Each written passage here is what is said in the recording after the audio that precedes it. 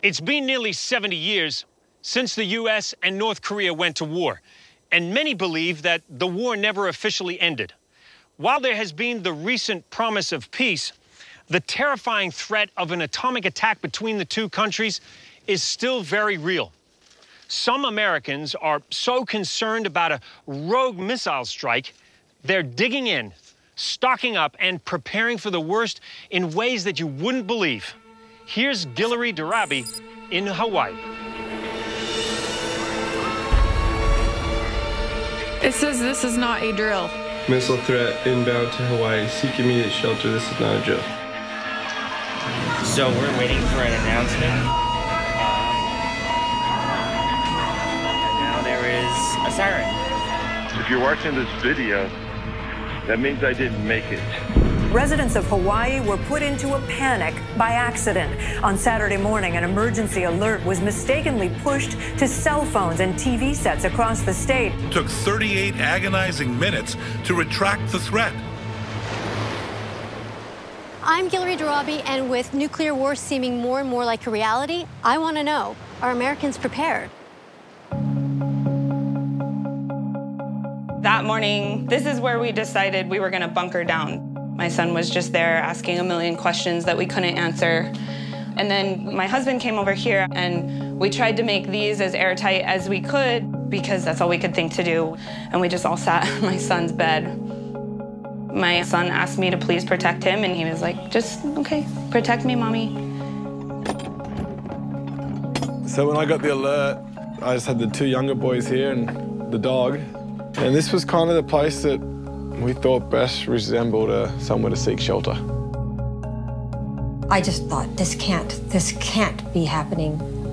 What's going to happen to us? Are we going to survive?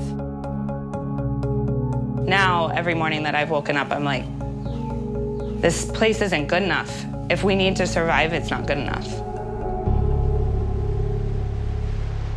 Now, the state's official plan for preparing the average Hawaiian for a nuclear attack launched by North Korea is shelter in place.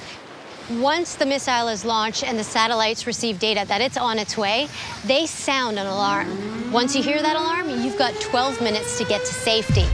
The false alarm in Hawaii was a wake-up call that rising nuclear tensions have real consequences. So my question is, how vulnerable are we? Not only in Hawaii, but in the rest of the United States. What do you think possible American targets could be?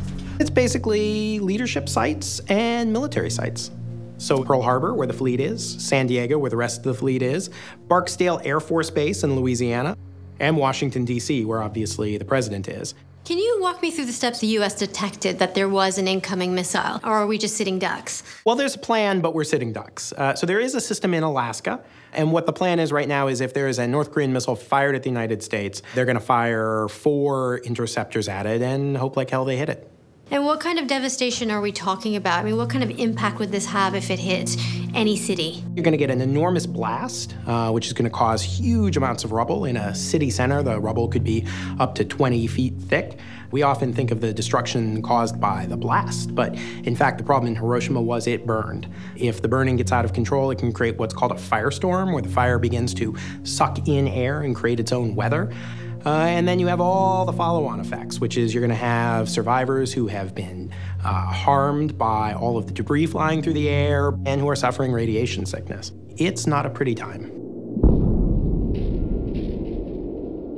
As tensions rise, Americans are looking for more ways to protect their family in the event of a nuclear war. And an industry is emerging to meet that demand. If you watch the news, you'll realize that the world is not a stable place. I consider this the safest spot in North America.